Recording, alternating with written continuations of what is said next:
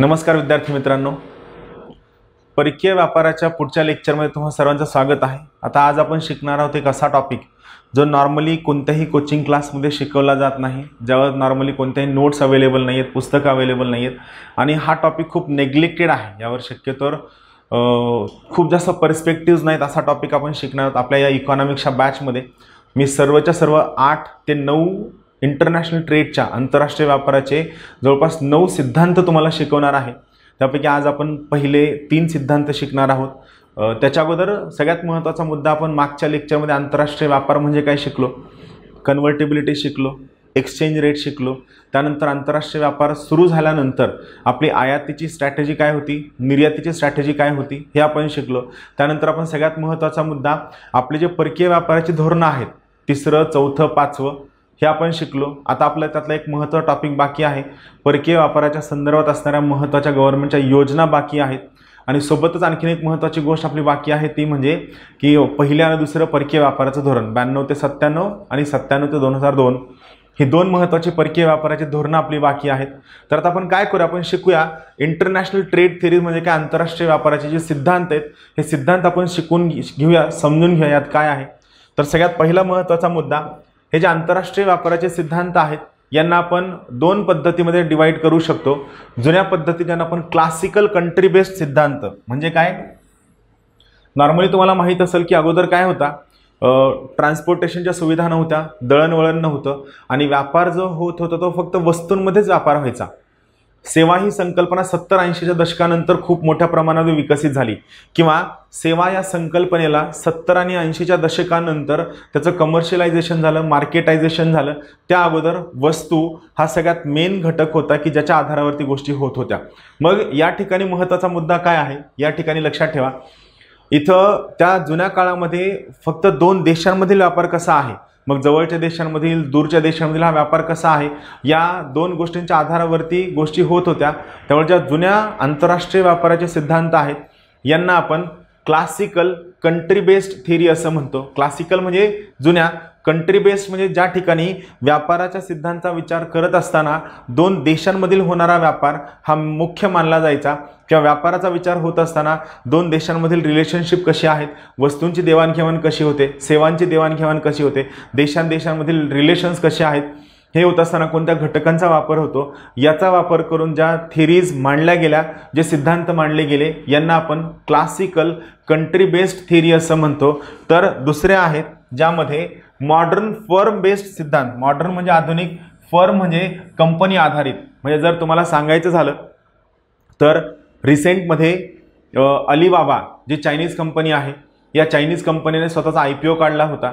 तर मला exactly figure आठवत नाही, पण या अलीबाबा कंपनीने जो IPO काढला होता, IPO म्हणजे इनिशियल पब्लिक ऑफरिंग, मी तुम्हाला शिकवलेलं आहे, IPO एक हिंट दिलेली आहे।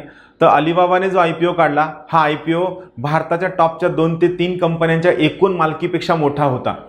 म्हणजे विचार करा हा IPO किती मोठा होता। आणि आपण याचाच जर आणखीन थोडा लांबचा विचार केला तर अलीबाबा ही कंपनी आफ्रिकेतील अर्ध्या निम्म्या देशांपेक्षा सुद्धा जास्त श्रीमंत असणार आहे। म्हणजे सध्या काय झाले की देश हा घटक लक्षात न घेता त्या ठिकाणी फर्म, मल्टीनॅशनल कॉर्पोरेशन किंवा ती जी कंपनी आहे ही कंपनी महत्त्वाचा घटक मानला जाते।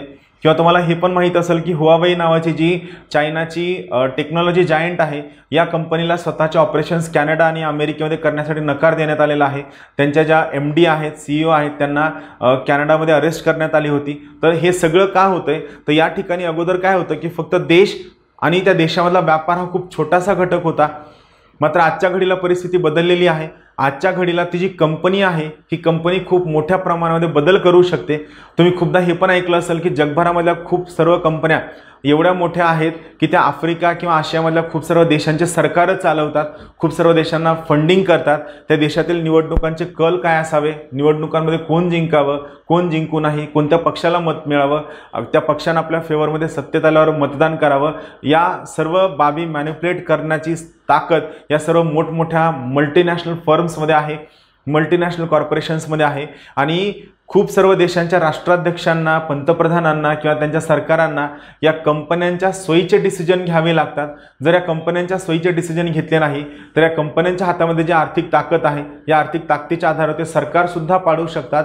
यामुळं सध्या जो आंतरराष्ट्रीय व्यापार आहे हा आंतरराष्ट्रीय व्यापार देशांच्या सोयीने न होता या कंपन्या आहेत, या कंपन्यांना आपण फर्म म्हणतो, या फर्मच्या आधारे होतो. यामुळं ज्या नवीन आंतरराष्ट्रीय ट्रेड थेरीज आहेत या नवीन आंतरराष्ट्रीय ट्रेड थेरीज या फर्म बेस्ड आहेत. राहील लक्षात. जुन्या आंतरराष्ट्रीय ट्रेड थेरीज या देशाच्या आधारावरती होत्या, नवीन आंतरराष्ट्रीय ट्रेड थेरीज या फर्मच्या आधारावरती आहेत. आपण या सगळ्या थेरीज शिकणार आहोत. या सर्व थेरीज आपण 1 बाय 1 2-2च्या सेटमध्ये शिकणार आहोत, जेणेकरून तुम्हाला ते कन्फ्यूज होणार नाही आणि मला पण विस्तृतपणे सांगता येईल की यांचं काम कसं चालतं, काय होतं. तर सगळ्यात पहिला महत्त्वाचा मुद्दा, ज्या क्लासिकल थेरीज आहेत यामध्ये 4 महत्त्वाच्या थेरीज आहेत. सगळ्यात पहिला आहे मर्कंटालिझम थेरी, ज्याला आपण वाणिज्यवाद असं म्हणतो. दुसरी आहे ॲब्सोल्यूट ॲडव्हान्टेज थेरी.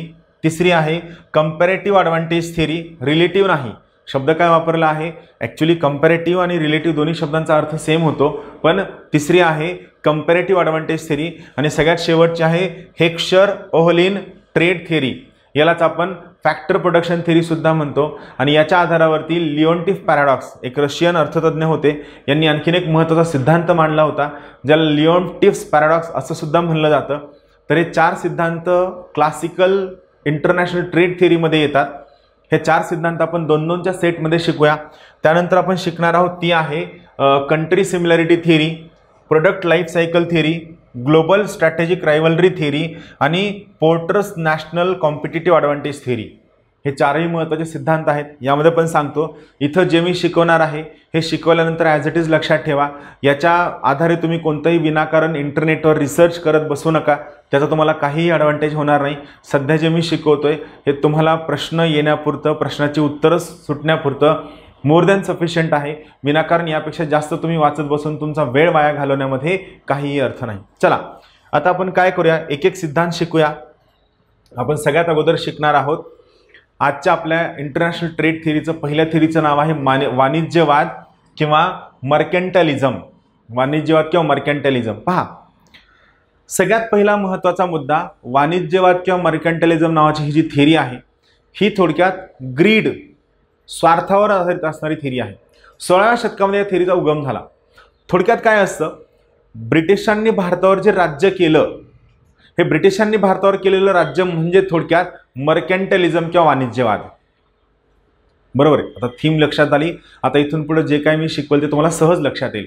इथं परत एकदा सांगतो, ब्रिटिशांनी भारतावर जे काही राज्य केलं ते राज्य म्हणजे थोडक्यात मर्कंटालिझम म्हणजे वाणिज्यवाद म्हणजेच वसाहतवाद. म्हणजे थोडक्यात काय होतं, नवीन ट्रान्सपोर्टेशनच्या सोयी आल्या होत्या, नवीन औद्योगिक क्रांती आल्यासारखं झालं होतं. औद्योगिक क्रांती एक्झॅक्टली आली नव्हती, पण तरीसुद्धा बऱ्याच देशांमध्ये काही महत्त्वाच्या गोष्टींचा शोध लागला होता. आणि हा शोध लागल्यामुळं हे सर्व देश समुद्रमार्गे बाहेर फिरू लागले. आणि समुद्रमार्गे फिरल्यानंतर नवनवीन देशांचा, नवनवीन जगाचा, नवनवीन ठिकाणांचा, नवनवीन साधनांचा यांना शोध लागला. आणि हा शोध लागल्यामुळं यांनी त्या गोष्टी एक्सप्लोर करायला सुरू केलं. पण ज्या सर्व ठिकाणी, खास करून युरोपामधील सर्व देश गेले, तर युरोप ही थोडी ॲडव्हान्स सिव्हिलायझेशन होती.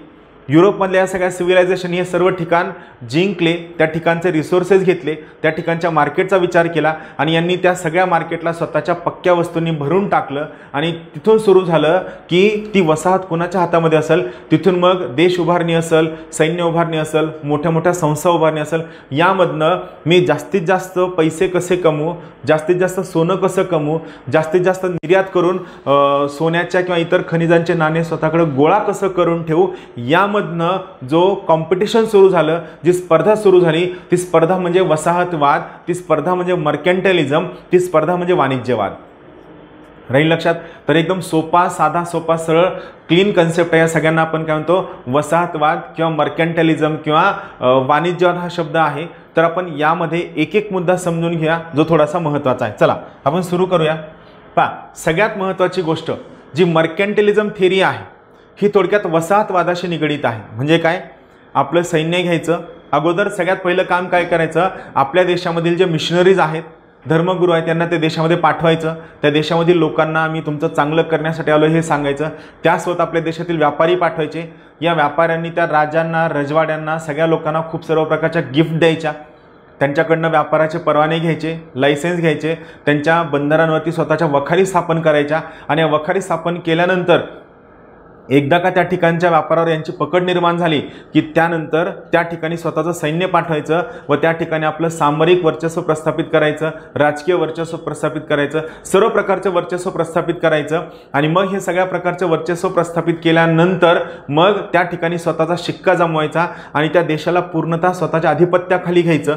अधिपत्याखाली घेऊन त्या देशातील कच्चा माल स्वतःच्या देशात स्वस्तात आणायचा, त्या देशातील व्यापार धंदे सगळे बुडीस लावायचे आणि मग आपल्या देशामध्ये बनलेला, औद्योगिक क्रांतीमधनं बनलेला पक्का माल त्या देशामध्ये विकायचा, त्या देशाचं मार्केट कॅप्चर करायचं. आणि ते मार्केट कॅप्चर करून मग त्या ठिकाणी जी आपली कमाई होईल ही कमाई सोन्याच्या स्वरूपामध्ये गोळा करायची आणि गोळा केलेली ही कमाई स्वतःच्या देशामध्ये आणून साठवून करायची. याला मर्कंटालिझम हे थोडक्यात म्हणायचं.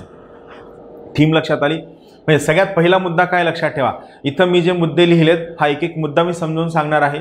इथं फक्त लक्षात ठेवायचे की प्रश्न कुठं येतो ही तुमची थीम क्लिअर असायला हवी. आता इथं लक्षात घ्या, पहिला मुद्दा, मर्कंटालिझम जी थिअरी आहे या थिअरीने कोणत्याही देशाची संपत्ती मोजत असताना, कोणत्याही देशाची स्ट्रेंथ मोजत असताना, ताकद मोजत असताना किंवा त्या देशाचा विकास मोजत असताना त्या देशाकडे किती प्रमाणामध्ये सोने आणि चांदी आहे याच्या आधारावरती देशाची संपत्ती मोजली जात असते. लक्षात ठेवा, मर्कंटालिझम या थिअरीमध्ये कोणत्याही देशाची संपत्ती मोजत असताना त्या देशाकडे एकूण किती प्रमाणात सोनं आहे, किती प्रमाणात चांदी आहे, या सोने आणि चांदीच्या प्रमाणामध्ये त्या देशाची संपत्ती मोजली जात असे. हा पहिला महत्त्वाचा मुद्दा आहे. आणि मग हे तुम्ही कसं मोजायचं, तर कसं वाढवायचं, तर प्रोटेक्शनिस्ट पॉलिसीच्या मार्फत वाढवायचं हा उद्देश होता. मग जर सोनं आणि चांदी कमवायचं असेल तर त्यांचं म्हणणं काय होतं की निर्यातीस जास्तीत जास्त प्रोत्साहन द्यायला हवं, जास्तीत जास्त वस्तूंची निर्यात करायला हवी. मग ही निर्यात केल्यामधनं जे सोन्याची कमाई होईल ही कमाई स्वतःकडे स्टोअर करून ठेवायची आणि आयात डिस्करेज करायचं, कमीत कमी आयात असायला हवी, जेणेकरून जे सोनं आपल्याकडे आहे हे सोनं आपल्याकडे स्टोअरमध्ये राहील, आपली संपत्ती म्हणून मोजण्यासाठी कामी येईल. यामुळं यांचं पहिलं टार्गेट होतं निर्यातीला प्रोत्साहन द्यायचं, दुसरं टार्गेट होतं आयात डिस्करेज करायची. लक्षात ठेवा, मर्कंटालिझम थिअरीचे दोन महत्त्वाचे टार्गेट होते, निर्यातीस प्रोत्साहन देणं, आयात डिस्करेज करणं, जे आजही खूप सर्व देश फॉलो करतात. आजही खूप सर्व देशांमध्ये हा स्ट्रॅटेजी फॉलो केली जाते, ज्याला आपण न्यू मर्कंटालिझम किंवा प्रोटेक्शनिस्ट पॉलिसी, परकीय व्यापारातील संरक्षणवादाची पॉलिसी असं म्हणतो. जे मी तुम्हाला फॉरेन ट्रेड पॉलिसी शिकवताना जे आयातीचं धोरण शिकवलेलं आहे आणि जे निर्यातीचं धोरण शिकवलेलं आहे त्यामधनं तुमच्या लक्षात आलं असेल की आपलं टार्गेट काय होतं, आयात पण जास्त होता कामा नये आणि फक्त महत्त्वाच्या वस्तूंची आयात व्हावी, निर्यात पण खूप जास्त होता कामा नये आणि जी काय होईल ती फक्त मोजक्या गोष्टींची व्हावी. या सोयीनं आपण करायचो, त्याला आपण संरक्षणवादाचं धोरण किंवा प्रोटेक्शनिस्ट पॉलिसी असं म्हणायचो. तर इथं टार्गेट काय होतं, निर्यातीस प्रोत्साहन देणं आणि आयात डिस्करेज करणं हे आपलं महत्त्वाचं टार्गेट होतं. आणि मला सांगा, आता या ठिकाणी जर तुमची निर्यात जास्त असेल आणि आयात कमी असेल तर निर्यात जास्त आहे याचा अर्थ काय आहे की तुम्ही जास्त पैसे कमवलेले आहेत. निर्यात जास्त याचा अर्थ काय, तुम्ही जास्त निर्यातीमधनं जास्त पैसे कमवलेत आणि आयात तुमची कमी आहे याचा अर्थ काय की तुम्ही पैसे खर्च केलेले नाहीत, म्हणजे तुमच्याकडे पैसे शिल्लक आहेत. याचाच अर्थ तुमचा व्यापार कसा आहे, सरप्लस आहे. तुमचा व्यापार कसा आहे, सरप्लस आहे. तुमचा व्यापार शिल्कीचा आहे, ही महत्त्वाची बाब आहे. व्यापारामध्ये तूट नको. तूट नको याचा अर्थ काय, तुमची आयात ही निर्यातीपेक्षा जास्त नको, आयात जास्त नको. आयात जास्त झाली की ऑटोमॅटिकली काय होते, तूट होते. यामुळे मर्कंटालिझमचं म्हणणं आहे की व्यापारामध्ये तूट नको. मग मर्कंटालिझम जी 16व्या शतकात सुरू झाली ही 1500 ते 1800 या शतकांमध्ये फ्लरिश झाली. याचा खूप मोठ्या प्रमाणामध्ये भरभराट झाली. लक्षात ठेवा, इथं प्रश्न येऊ शकतो, मर्कंटालिझमची भरभराट कोणत्या काळामध्ये झाली, तर इथं लक्षात ठेवा 1500 ते 1800 या काळामध्ये मर्कंटालिझमची सर्वात जास्त भरभराट झाली. हे महत्त्वाचं आहे. मर्कंटालिझमची सर्वात जास्त भरभराट ही 1500 ते 1800 या कालावधीमध्ये झाली. मग या 1500 ते 1800 या काळामध्ये भरभराट का झाली, तर मगाशी मी तुम्हाला सांगितलं, तुम्ही नवीन देशाकडे जाताय, नवीन देश जिंकताय, नवीन देश पाहताय. मग जर तुम्हाला नवीन देश जिंकायचे असतील, नवीन देश पाहायचे असतील, तर तुम्हाला सगळ्यात पहिला महत्त्वाचा मुद्दा, खूप मोठं सैन्यदल उभा करावं लागेल. मात्र सैन्यदल उभं करणं एवढं सोपं काम नाही आहे. जर तुम्हाला तेवढं मोठं सैन्य उभं करायचं असेल तर त्या सैन्यासाठी लागणारा खर्च, त्यांचा रखरखाव, त्यानंतर त्यांचं मेंटेनन्स, त्यांच्या पगारी, त्यांची हेल्थची कंडिशन, त्यांच्या फॅमिलीची कंडिशन, म्हणजे तुम्हाला तेवढं मोठं सैन्यदल उभं करत असताना त्या सैन्याशी निगडीत असणाऱ्या ज्या सर्व बाबी आहेत, व्यापारापासून त्यांचं राहणीमान, त्यांचं फॅमिलीच्या सगळ्या गोष्टींसाठी सुद्धा तुम्हाला तुमच्या देशांतर्गत प्रशासकीय व्यवस्था पाहणाऱ्या संस्था उभ्या कराव्या लागतील. तर इथं मोठं सैन्यदल उभं करण्यासाठी आणि नवनवीन मोठ्या मोठ्या संस्था उभारण्यासाठी तुम्हाला खूप मोठ्या प्रमाणात सोन्याची गरज असते. आणि जर तुम्हाला सोनं हवं असेल तर त्या केसमध्ये तुम्हाला तुमची निर्यात वाढवावी लागेल आणि तुमची आयात कमी करावी लागेल. सोनं जर स्टोअर करून ठेवायचं असेल तर तुम्हाला निर्यात वाढवावी लागेल, तुमची आयात कमी करावी लागेल. आणि ज्या सेकंदाला तुम्ही तुमची निर्यात वाढवाल आणि आयात कमी कराल, त्या सेकंदाला तुमच्याकडे सोनं सरप्लस होईल आणि परत तुम्ही हे करू शकता. मात्र सोन्याचं जर सरप्लस वाढवायचं असेल तर तुम्हाला स्वस्तात कच्चा माल मिळायला हवा. हा कच्चा माल तुमच्या देशामध्ये यायला हवा. या कच्च्या मालावर प्रोसेसिंग होऊन याची पक्का माल बनायला हवा. आणि हा जो पक्का माल बनलाय, या पक्क्या मालासाठी तुम्हाला बाजारपेठ असायला हवी, ज्या ठिकाणी तुम्ही हा माल विकू शकता. आणि ही बाजारपेठ म्हणजे तुमच्या वसाहती, जसं पश्चिम युरोपीय राष्ट्रांसाठी दक्षिण अमेरिका असेल, भारत असेल, इंडोनेशिया असेल, चीन असेल किंवा इतर सर्व राष्ट्र असतील, ज्या वसाहतींचा वापर या पश्चिम युरोपीय राष्ट्रांनी केला. प्रोटेक्शनिस्ट पॉलिसी होती, जे मी सांगितलं, वसाहतवाद होता. आणि सगळ्यात महत्त्वाची गोष्ट, कच्चा माल विकत आणणं आणि पक्क्या वस्तूंचा विक्री करणं, हे यांचं सगळ्यात मेन टार्गेट होतं, ज्या अनुषंगाने हे व्हायचं. मग या इथं सगळ्यात महत्त्वाचा मुद्दा जो आपण मांडू शकतो तो आहे की कोणत्या देशांना मर्कंटलिझमचा फायदा झाला किंवा कोणत्या देशांनी मर्कंटलिझममुळे सगळ्यात मोठं फ्लरिश झालं. तर त्या देशांची नावं लक्षात ठेवा. ब्रिटन, फ्रान्स, नेदरलँड, स्पेन आणि पोर्तुगल ही मर्कंटलिझम फॉलो करणारे महत्त्वाचे देश आहेत, ते लक्षात ठेवा. ब्रिटन, फ्रान्स, नेदरलँड, स्पेन आणि पोर्तुगल ही महत्त्वाचे देश आहेत ज्यामध्ये या सर्व प्रकारचा मर्कंटलिझम फॉलो झालेला आहे. मग आताच्या घडीला सुद्धा हे जे मर्कंटलिझम आहे हे खूप मोठ्या प्रमाणामध्ये फॉलो केलं जातं. मर्कंटलिझम फॉलो करणं म्हणजे थोडक्यात काय, तर आपल्या देशाची जी संपत्ती आहे, आपल्या देशाचा जे विकास आहे, आपल्या देशाची जी वाढ आहे, ही वाढ आपण सोन्याच्या किंवा संपत्तीच्या किंवा GDPच्या किंवा पैशांच्या स्वरूपात मोजणं, जे आजही खूप मोठ्या प्रमाणात मर्कंटलिझम फॉलो केलं जातं. ज्यामध्ये मॉडर्न थिंकर्सचा जर विचार करायला गेलं तर आजही याचा वापर होतो. जपान असेल, चीन असेल, तैवान, सिंगापूर, जर्मनी हे सर्व राष्ट्र जरी म्हणत असतील की आम्ही आमचं परकीय व्यापारी धोरण खूप ओपन ठेवलेलं आहे, मुक्त व्यापारी धोरणाचे आम्ही पुरस्कर्ते आहोत, जग हे मुक्त व्यापाराचं केंद्र व्हावं असं हे देश जरी म्हणले असले तर ही सर्व देश प्रामुख्याने, यामध्ये प्रामुख्याने चीन आहे, तैवान आहे, हे सर्व देश प्रामुख्यानं या प्रकारच्या संरक्षणवादाच्या धोरणाचा पुरस्कर्ते आहेत, जे खूप मोठ्या प्रमाणात संरक्षणवादाला फॉलो करतात. खूप मोठ्या प्रमाणामध्ये संरक्षणवाद वाढायला हवा, प्रोटेक्शनिस्ट पॉलिसीज फॉलो व्हायला हवी असं यांचं म्हणणं असतं आणि त्यानुसार ते त्या ठिकाणी काम करतात. यामुळे इथं आजही मर्कंटलिझम फॉलो केलं जातं. मग तुम्हाला प्रश्न येऊ शकतो, न्यू मर्कंटलिझम म्हणजे काय? तर मर्कंटलिझमची धोरणं किंवा मर्कंटलिझमची पॉलिसी जी आजच्या LPGच्या काळामध्ये, जागतिकीकरण, खाजगीकरण, उदारीकरणाच्या काळामध्ये जेव्हा आजही फॉलो केले जातात, तर मग या ठिकाणी प्रश्न हा येतो की ही नेमकी कोणती धोरणं आहेत जी आजच्या काळातही फॉलो केली जातात, त्यावर सरळ प्रश्न असतो. तर या ठिकाणी आपण पाहूया की न्यू मर्कंटलिझममध्ये काय येतं.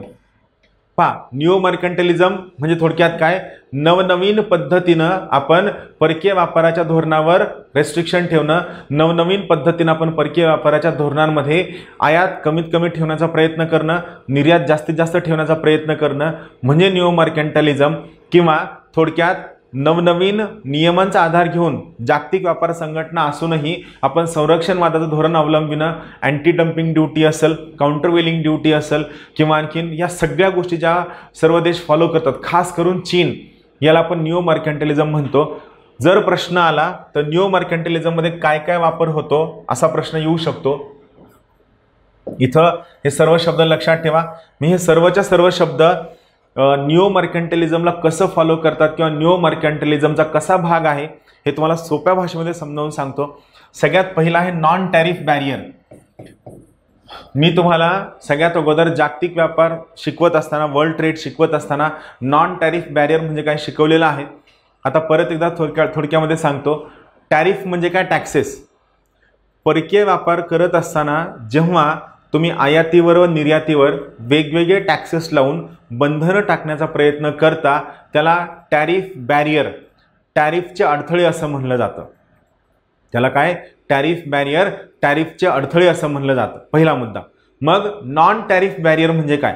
तर परकीय व्यापारामध्ये स्वतःचं संरक्षणवादाचं धोरण फॉलो करण्यासाठी, प्रोटेक्शनिस्ट पॉलिसी फॉलो करण्यासाठी किंवा स्वतःची जास्तीत जास्त निर्यात करण्यासाठी व कमीत कमी आयात करण्यासाठी टॅक्सेस सोडून, टॅक्सेस व्यतिरिक्त किंवा टॅरिफ व्यतिरिक्त जे इतर अडथळे वापरले जातात त्याला आपण नॉन टॅरिफ बॅरियर्स असं म्हणतो. नॉन टॅरिफ बॅरियर्समध्ये खूप सगळ्या गोष्टी येतात. मी त्या दिवशी सांगितलं तसं यामध्ये पर्यावरणाचं संरक्षण येतं, बालमजुरी येते, जेंडर इनइक्वॅलिटी येते, त्यानंतर मानवी हक्कांचं उल्लंघन येतं, त्यानंतर कास्ट रिजिडिटीज येतात, कास्ट बेस्ड व्हायलेन्ससुद्धा येतो, महिलांच्या विरुद्ध होणारा व्हायलेन्ससुद्धा येतो किंवा पेस्टिसाईडचं रेसिड्यू असेल. ह्या सगळ्या म्हणजे तुम्ही टॅक्सेस सोडून जेव्हा इतर कारणं सांगून बाहेरच्या देशातील मालाला तुमच्या देशामध्ये एंट्री नाकारता त्याला आपण नॉन टॅरिफ बॅरियर असं म्हणतो. तर इथे लक्षात ठेवा, नॉन टॅरिफ बॅरियर हे सुद्धा एक प्रकारचं निओ मर्कॅन्टलिझम, प्रोटेक्शनिझमचं साधन आहे. Non tariff barrier. Non tariff बॅरियरवर नक्की प्रश्न येऊ शकतो. प्रश्न साधा असतो. तुम्हाला ते खाली पर्याय देतात आणि तुम्हाला ते विचारतात की खाली दिलेल्या पर्यायांपैकी नॉन टॅरिफ बॅरियर्स कोणते कोणते आहेत, असा सोपा प्रश्न असतो. म्हणून लक्षात ठेवा, दिलेला पर्याय आणि त्यामध्ये नॉन टॅरिफ बॅरियर्स काय असा सरळ सरळ प्रश्न विचारला जाऊ शकतो. दुसरा आहे एन्व्हायरमेंटचा कारण करणं. तुमच्या माहितीसाठी सांगतो की भारत जवळपास 1990 पासून, हा शब्द लक्षात ठेवा, भारत जवळपास 1990 पासून युरोपियन युनियन सोबत परकीय व्यापार धोरण स्थापन करण्याचा प्रयत्न करत आहे. फ्री ट्रेड ॲग्रीमेंट करण्याचा प्रयत्न करत आहे, फ्री FTA. यामध्ये भारताचं म्हणणं आहे की आम्ही तुमच्या इलेक्ट्रॉनिक्सला, तुमच्या सर्व्हिस सेक्टरला, तुमच्या इतर मॅन्युफॅक्चरिंग सेक्टरला आमच्या देशामध्ये खूप सहज ॲक्सेस देतो. तुम्ही आमच्या शेतमालाला तुमच्या देशामध्ये सहज ॲक्सेस द्या. युरोपियन युनियनसुद्धा यासाठी तयार असतं. याच्या अंतर्गत भारत आणि युरोपियन युनियन यांच्यामध्ये जो एक महत्त्वाच्या करारावर 1990 पासून चर्चा सुरू आहे. तुम्ही आपले जर करंट इव्हेंटचे लेक्चर पाहत असाल तर दरवर्षी डिसेंबर महिन्यामध्ये भारत आणि युरोपियन युनियन यांच्यामध्ये एक चर्चा असते. याला आपण BITA असं म्हणतो. याच्यावर UPSC प्रिलिम्स किंवा MPSC प्रिलिम्स किंवा STI मेन्समध्ये प्रश्नसुद्धा आलेला आहे. भारत आणि युरोपियन युनियन यांच्यामध्ये परकीय व्यापार मुक्त करण्यासाठी, फ्री ट्रेड ॲग्रीमेंट करण्यासाठी ही जी चर्चा सुरू आहे त्याला आपण BITA असं म्हणतो. BITA म्हणजे bilateral investment and trade agreement असे याचं नाव आहे. तर ही चर्चा सुरू होत असताना प्रत्येक वेळी या चर्चेच्या निगोशिएशनच्या वेळेस युरोपियन युनियन भारतामधला शेतमाल त्यांच्या देशामध्ये येताना फक्त एन्व्हायरमेंट या कारणासाठी परवानगी नाकारतं. युरोपियन युनियनचं म्हणणं आहे की तुम्ही तुमच्या देशामध्ये खूप मोठ्या प्रमाणात पर्यावरणाचा ऱ्हास करता, तुम्ही जंगल तोडता म्हणून आम्ही तुमचा बासमती राईस घेणार नाही. लॉजिक आहे का काही? नाही. किंवा तुम्ही जंगलामध्ये वनवा लागल्यानंतर खूप मोठ्या प्रमाणात वनवा पेटता किंवा तुम्ही हटकून पेटवता आणि हा वनवा पेटल्यामुळे आम्ही तुमच्या देशामधील पोल्ट्री प्रोडक्शन घेणार नाही. मला सांगा, आपण जंगलात कोंबड्या पाळतो का? नाही. कोंबड्या आपण कुठं पाळतो? पोल्ट्री फार्ममध्ये पाळतो किंवा लोकल लेवलला पाळतो. मात्र ते जेव्हा या पद्धतीने आपल्या शेतमालाला त्यांच्या देशामध्ये एंट्री देत असताना पर्यावरण हे कारण पुढं करून आपल्या देशातील शेतमालाला परवानगी नाकारतात, तेव्हा त्याला आपण नॉन टॅरिफ बॅरियर असं म्हणतो, ज्यामध्ये एन्व्हायरमेंट हे एक महत्त्वाचं नॉन टॅरिफ बॅरियर आहे. एन्व्हायरमेंट एक नॉन टॅरिफ बॅरियर आहे. इथं फक्त माहिती असावी म्हणून लक्षात ठेवा, 1990 पासून म्हणजे LPG सुरू झाल्यापासून आपण युरोपियन युनियनसोबत, युरोपियन संघासोबत मुक्त व्यापार क्षेत्र स्थापन करण्यासाठी प्रयत्न करत आहोत. आणि यामध्ये हे मुक्त व्यापार क्षेत्र स्थापन करत असताना युरोपियन युनियन आणि भारत आपल्या दोघांमध्ये दरवर्षी डिसेंबरमध्ये एक महत्त्वाची चर्चेची फेरी पार पडते. त्या चर्चेच्या फेरीला आपण BITA असं म्हणतो. याचा फुल फॉर्म आहे bilateral investment and trade agreement. लक्षात ठेवा, bilateral investment and trade agreement ही सगळ्यात महत्त्वाची याच्यामधील चर्चेची फेरी आहे, ज्यावर वर्कआउट व्हायला हवं. तिसरा आहे ट्रेड ब्लॉक. ट्रेड ब्लॉक म्हणजे काय? सगळ्या प्रकारचे जे व्यापाराचे जे ब्लॉक असतात ज्यामध्ये हे ब्लॉक काय करतात, बाहेरच्या देशाला त्या देशासोबत व्यापार करत असताना खूप सगळ्या प्रकारची बंधनं टाकतात.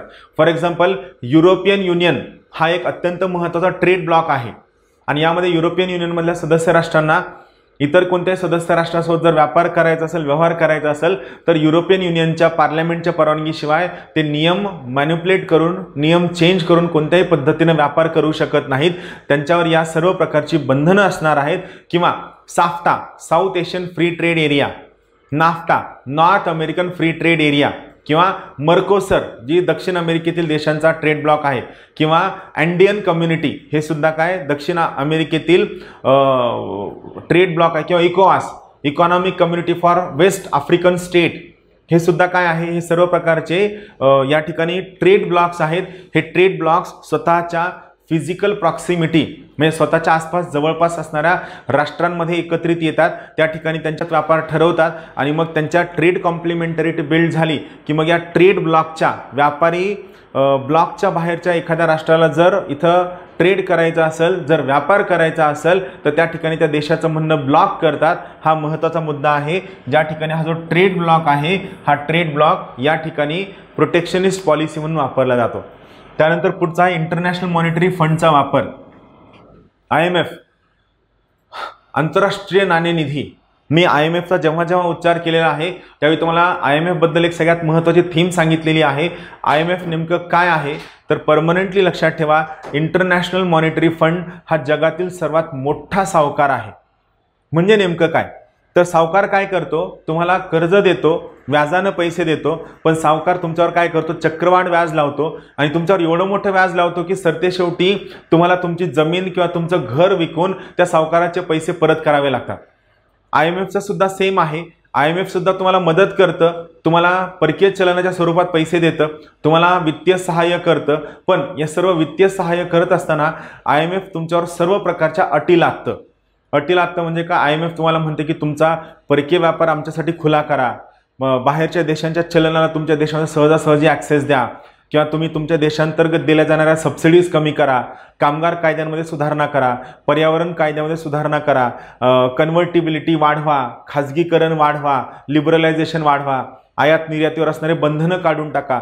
म्हणजे थोडक्यात IMF काय म्हणतं, तुम्ही तुमची इकॉनॉमी काय करा, ओपन अप करा. तुम्ही तुमची इकॉनॉमी जर ओपन अप केली तर आम्ही तुम्हाला या सर्व अटी देऊ. मग IMF ह्या सगळं जे सांगतं की तुमची इकॉनॉमी ओपन अप करा, याला आपण एक टेक्निकल शब्द वापरतो, याला आपण सॅप असं म्हणतो. सॅप. सॅप म्हणजे काय, स्ट्रक्चरल ॲडजस्टमेंट प्रोग्राम.